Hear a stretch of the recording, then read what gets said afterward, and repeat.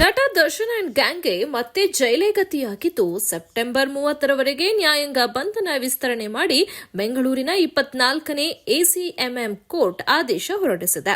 ಆರೋಪಿಗಳ ನ್ಯಾಯಾಂಗ ಬಂಧನ ಅವಧಿ ಅಂತ್ಯವಾದ ಹಿನ್ನೆಲೆ ಎಲ್ಲಾ 17 ಆರೋಪಿಗಳನ್ನು ವಿಡಿಯೋ ಕಾನ್ಫರೆನ್ಸ್ ಮೂಲಕ ಬೆಂಗಳೂರಿನ 24ನೇ ಎಸಿಎಂಎಂ ಕೋರ್ಟ್ಗೆ ಹಾಜರುಪಡಿಸಿದ್ರು. ವಿಚಾರಣೆ ನಡೆಸಿದ ಕೋರ್ಟ್ ಆದೇಶ ಹೊರಡಿಸಿದೆ. ಬೆಂಗಳೂರಿನ ಎಲೆಕ್ಟ್ರಾನಿಕ್ ಸಿಟಿ ಫ್ಲೈಓವರ್ ಸಮೀಪ ಮತ್ತೆ ಚಿರತೆ ಕಾಣಿಸಿಕೊಂಡಿದ್ದು ಸ್ಥಳೀಯ ಜನರಲ್ಲಿ ಆತಂಕ ಸೃಷ್ಟಿಯಾಗಿದೆ. ಎಲೆಕ್ಟ್ರಾನಿಕ್ ಸಿಟಿ ಟೋಲ್ ಪ್ಲಾಜಾ ಬಳಿ ರಸ್ತೆ ದಾಟುತ್ತಿದ್ದ ವೇಳೆ ಚಿರತೆ ಕಾಣಿಸಿಕೊಂಡಿದ್ದು ಆತಂಕ ಸೃಷ್ಟಿಯಾಗಿದೆ. ನಸುಕಿನ ಜಾವ 3 ಗಂಟೆಗೆ ಹೆದ್ದಾರಿಯಲ್ಲಿ ಚಿರತೆ ನಡೆದುಕೊಂಡು ಹೋಗುತ್ತಿರುವುದು ಕ್ಯಾಮೆರಾದಲ್ಲಿ ಸೆರೆಯಾಗಿದೆ.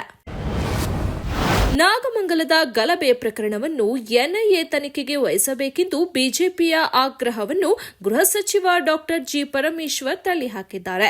ಕಲಬುರಗಿಯಲ್ಲಿ ಸುದ್ದಿಗೋಷ್ಠಿಯಲ್ಲಿ ಮಾತನಾಡಿದ ಅವರು, ಈಗಾಗಲೇ ತನಿಖೆ ನಡೆಯುತ್ತಿದೆ. ಕರ್ತವ್ಯ ಲೋಪಕ್ಕೆ ಹೊಣೆ ಮಾಡಿ ಡಿವೈಎಸ್ಪಿ ಹಾಗೂ ಇನ್ಸ್ಪೆಕ್ಟರ್ ಅನ್ನು ಅಮಾನತು ಪಡಿಸಲಾಗಿದೆ ಎಂದರು.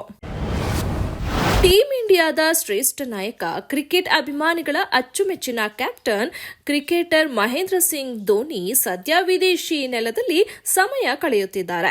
ದಿಢೀರ್ ಸ್ನೇಹಿತರೊಂದಿಗೆ ಅಮೆರಿಕಕ್ಕೆ ತೆರಳುವ ಮಾಹಿ ಅಲ್ಲಿನ ಸ್ಟೇಡಿಯಂನಲ್ಲಿ ತಮ್ಮ ನೆಚ್ಚಿನ ಕ್ರೀಡೆಯನ್ನು ಸ್ನೇಹಿತರೊಂದಿಗೆ ವೀಕ್ಷಿಸಿದ ಫೋಟೋ, ವಿಡಿಯೋಗಳು ಈಗ ಜಾಲತಾಣದಲ್ಲಿ ಸಿಕ್ಕಾಪಟ್ಟೆ ವೈರಲ್ ಆಗಿವೆ.